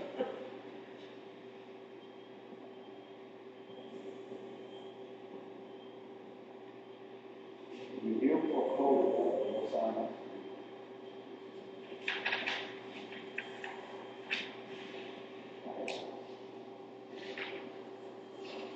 I got one over here. It's just a new form that you can put without, Yeah.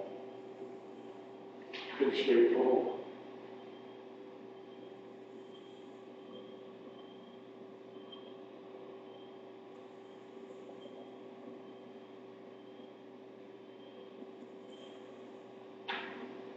Right? This will be the first one. Yeah. CMP agreement. This is for that,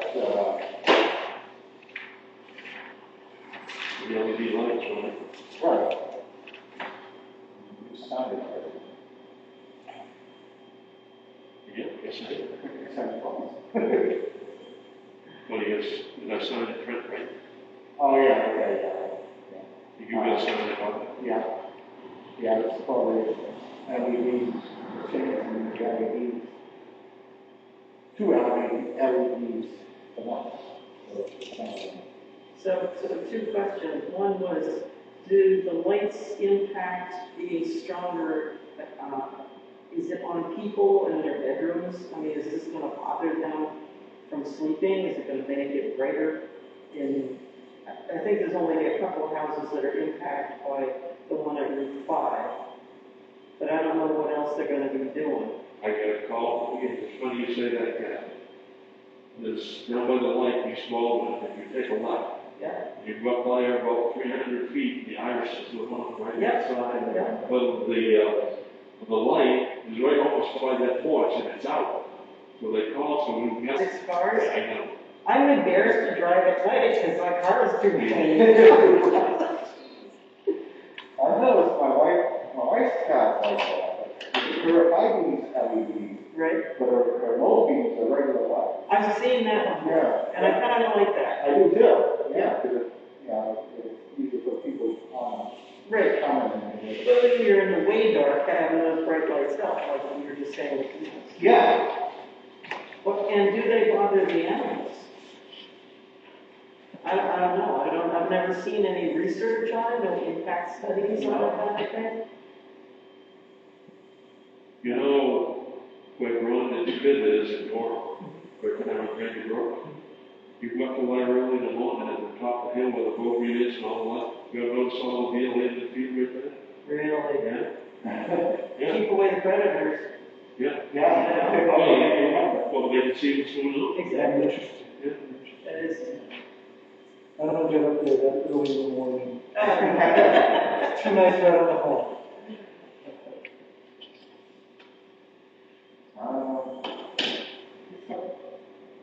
No, there is. The town office will be closed Thursday and Friday. Tuesday, December 1st. Assessor's office will be Friday, December 4th. Its contract is coming up. Is she advertising that long enough? I'm not sure if it's supposed to go through. I can ask her, I'm gonna be up in the morning, I can ask her tomorrow. Okay. See. Yeah, she's going to be decided last week to go ahead and start advertising the big board, send it out to MMA, Press out. press out, and said, yes, the shopping bag, to satisfy certain people in the town. Yeah. That we've advertised. So, yeah, it's coming up December 20th, the contract is up. December 20th? Yeah. I don't want to get that. Oh,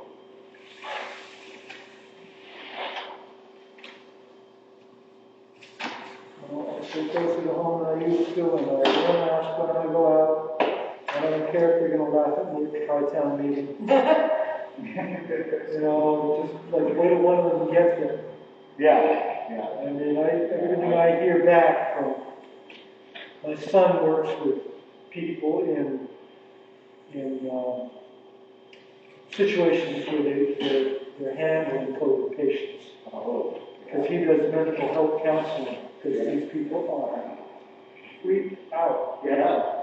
You know, they're watching people die from it, and they're telling Dan all about what it's like to die from COVID. So he is really, really careful. Well, yeah. And he says, you just don't want to get it. So we're seeing them Sunday after Thanksgiving outside. Oh. Because Gwen's an occupational therapist, even though she's in the gown and the mask and everything else, she doesn't know what she's been exposed to. Right. The kids are doing school 2 days a week. that's a They're problem. fine so far, but Any one of us could be asymptomatic right now, and not even know. Right. You know? But I'm not going to kill my life off entirely. You know, and just Right. stay home. Right. Like I talked to Vin, and he said, I haven't been anywhere but the doctor's office since last month. yeah, I give a call, drive through. But are we exposed to that? Maybe we're No, not. actually, from the science, you're really not. The people that are inside are using the proper protocols to prepare the food. And you can, have the container, put it in your car. You can wash your hands. I mean, you can take care from your end, and they're taking care from their end. And so, as long as we maintain doing that, then I think we're in pretty good shape. Yeah. Almost everybody that I know that's got a car or pickup truck, when you get into the sanitizer, Yeah. you know, and it's. Did I get the hand sanitizer? Yeah. You know, you need a vehicle and stuff. Yeah. And then the girls are doing a good job keeping up with the heat and stuff. Well, along those lines, Gary says that he would be in the gazebo with it decorated, and the kids can sit on the steps, not on his lap, and he can talk to them. But, we're all outside, and, I don't think we're gonna get but maybe 8 or 10 kids, but So that's gonna be a go this year? yeah, we're gonna try to do that. Yeah. I told Gary he's got the last word on it. If he decides to bail on it, we understand that. But he says, no, not getting any younger, and this means a lot to these kids. They got less and less all the time. And it means a lot to Gary. It does. It really does. You know that. You know what Gary's background is when he comes on and stuff. He didn't have life when he was a kid. Yeah. So, and he gives back all He the time. does. Great guy. Yeah. He lost his mother at a very young age. Yeah. So if Susie needs a picture with Santa. Just saying. Don't mention that, she's probably bringing that out. I'm gonna have her help me decorate it. You kids just gonna know all that. Well, you know, the kids are the ones that are losing on this stuff. I know. They're little troopers, they see the kid and stuff. They do. They just, They adjust, Yeah. but what's gonna happen in 5 years? Stuff, when this gets changed around. We don't know. Oh, no. I will say that Tom Peavy, I went to talk with him the other day, and he says he's got these dolls in boxes and cars in boxes, and if any kids need toys, he said, talk to him, he's got a bunch of things that he can put it into that category. He said if you can clean them up and send them out, And who is this? Tom Peavy. Tom Peavy? Yeah. Tom Peavy? No kidding. I went over to check out his stuff. He had a sleigh out front. I thought maybe the library could use it. Well, the wife had other plans, so okay, fine. But that's all right. He showed me the stuff that he's got. He's got these stacks of these collectible dolls. I mean, they're nice dolls. They're like ka-ching dolls. And these little cars, I think they're like a truck, gas truck, and then a little tiny vehicle that goes with it. They're really cool. You see them on TV. Where Todd says taking toys, unwrapped things. Yeah. No, I didn't either. I thought it was just money, but it's not. They're actually taking the objects and they'll put sanitize them. You can either do it through lights or through sprays, and make sure everything is clean. Well, that's, Okay. see, I was told that they won't take it. I know, I heard that too. And then, there was a number you could call, and you could pledge so much money and stuff, so you could buy a toy, you could buy a toy for it, and then somebody would go and buy it. Yeah, that's how they were doing it, but I guess they just weren't getting enough feedback. Well, what they had last year, what, 150, 160,000 coats? And I heard the other day, they only was up to 2,500. You know, so who's suffering that? Yeah. The little kids who are suffering. Yeah. Well, the auxiliary's doing hats and mittens and stuff in the boxes. Yeah. Normally we just gave you a dozen pairs of mittens and 3 hats. I'm like, great, this is wonderful, you know? I'm surprised there isn't more going into this new box. Yeah. But Not that many people coming in. that's we was talking about that today. I was talking to Debbie, and the windows going to cost it because it has exposed them, Right. you know, to the cement stuff. Smart idea. Thank you, Olin, for doing the little awning thing along with that. I think that was really cool. That was Debbie's idea. That was Really nice. Some of it is, he thinks it's really nice. Well, And some of it's not quite so nice. do you ever go to Livington Meadows? All the time, yeah. Yeah. Well, you go in there. Sometimes, I mean, some of the stuff like you said, they think it's gold, and you know, it's junk. You know, but they know what's being collected and what isn't being collected and stuff. There's a couple that owns it now, and so it's very much more streamlined. It is a nice place. I haven't been over there since the It's street got worth looking over. Yeah. Yeah. The last time I was over there was a double bid axe. And they asked me $40 for the head. Right. And I thought, you got it. Right. You know, I wouldn't give it. Yeah. I mean, if they had asked me 10, 15, Right. I'd give it. Yeah. But 40, Yeah. I agree with it. Yeah, people collect axes. I know they do. So for them, that's great, you know, and $40, sure. When my father was having a kitchen done, Mm. and, they tore down the old kitchen and exposed the ground, and we found bright axe that they used to hew the beams with. Cool. Yeah, he's got to come up and kick them, and then the way goes this wow, and oh, it was a lot of money. So, yeah, it was laying in the dirt. Right? When I was working and we was exporting steel, you wouldn't believe the broad axes and stuff. Right? You know, you go see the guy that's managing and stuff, he'd give it to you, so you know. The broadheads, I know. Railroad tools, we equipped the whole shop with railroad tools. Railroad come in with a whole truckload of stuff and dumped it off. Wow. But spike handlers, rail tongs, anything you can get, gauge rods, Wow. you know, we learned to pick up for stuff like that. It's all stuff that we can use. Yeah.